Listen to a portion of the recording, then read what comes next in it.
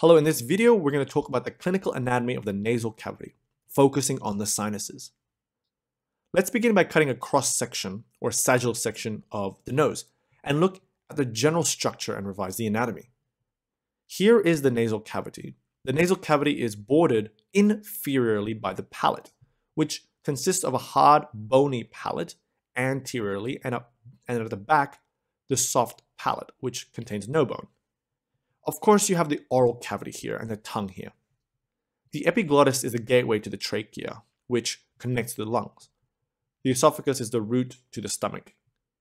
The epiglottis closes when we swallow. The throat, I guess we can call the pharynx, and it can be divided into three parts. The very top is the nasopharynx, which is in line with the nasal cavity. The middle is the oropharynx, which is in line with the oral cavity.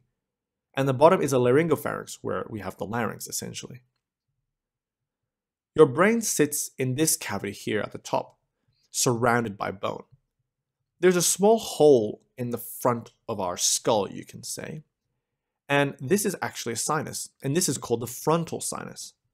Sitting at the posterior superior aspect of the nasal cavity is another sinus called the sphenoid sinus.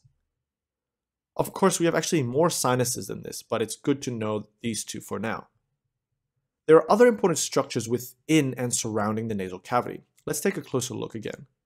So here again, we have the nasopharynx, your hard palate and your soft palate. At the back of the nasal cavity, situated really within the nasopharynx, is a small opening where the eustachian tube, also known as the pharyngotympanic tube, drains into. This tube literally connects your middle ear to the nasal cavity. So if we were to draw the inner and middle ear quickly, this is your middle ear where you can find your auditory ossicles, the smallest bones in your body. And this is the eustachian tube, also known as the pharyngotympanic tube. The clinical significance of this is that if you have an upper respiratory tract infection, this can subsequently cause a middle ear infection because there's this tube and it's a gateway to the middle ear. On each side of the nasal cavity, we also have these things called turbinates, which are also known as nasal conchae, or concha for one. There is the inferior concha, middle concha, and superior concha. The function of the conchae are to help warm and moisturize air that is flowing through the nose.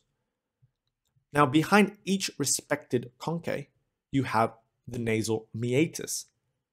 Some of the sinuses drain into the meatus. This really tells us that the sinuses and the nasal cavity are joined together as well. So for example, the sphenoid sinus drains into the superior meatus behind the superior concha. The frontal sinus drains into the middle meatus. We can't look at the other sinuses from this angle because it's too hard. Now you can say the nasal cavity has two segments. It has the respiratory segment, which allows air to enter oxygen and also air to go out, so carbon dioxide. And the nasal cavity also has an olfactory segment, which is the area which allows for smell, essentially. The olfactory segment is lined with a specialized cell type of pseudostratified columnar epithelium, and these guys contain receptors for the sense of smell. This segment is located in and beneath the mucosa of the roof of each nasal cavity.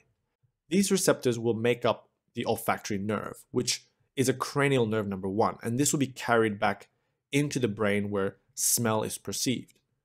Finally, it's important to mention the pouch here, which is the sella turcica, which translates to the Turkish seat or Turkish saddle.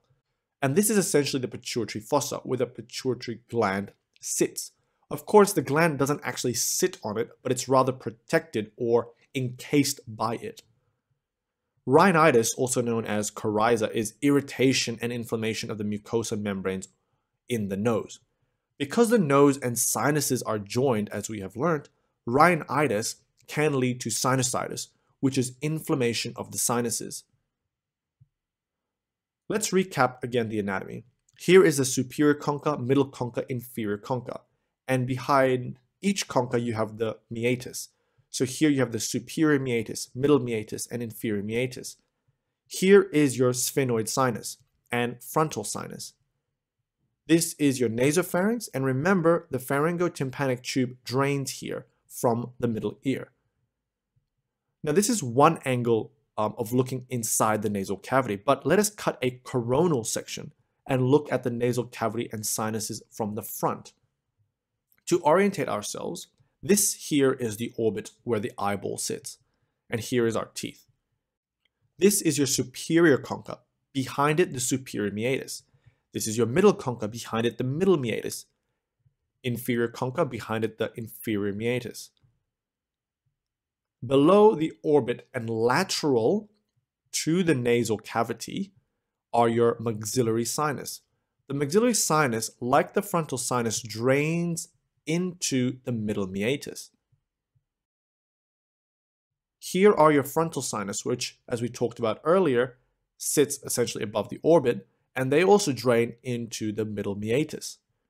The ethmoid sinus is the fourth sinus we will talk about and sits medial to the orbit. The ethmoid sinus drains into the superior and middle meatus. Sinusitis, or should we call rhinosinusitis, is inflammation of the sinuses. A feature of someone with sinusitis is essentially redness or erythema around where the sinuses lie, and so the frontal and maxillary sinus may appear red and irritated. The pathophysiology of sinusitis, as we have learned, can be secondary to rhinitis. Rhinitis may spread to the sinuses, producing swelling and inflammation of the sinus mucosa. Let's talk about complications of sinusitis. So ethmoid sinusitis is of particular concern. Ethmoid sinus infection may break the fragile medial wall of the orbit, allowing infection to spread to the eye, which can cause blindness or even optic neuritis. Similarly, frontal sinusitis can also cause some complications, and this is shared with any sinusitis basically, but it can cause osteomyelitis. For the frontal sinus, if you have infection here, the infection may or can invade the brain, causing meningitis and even form an abscess in absolutely worst case scenarios. Of course, these complications are rare, but it is good to know them nonetheless.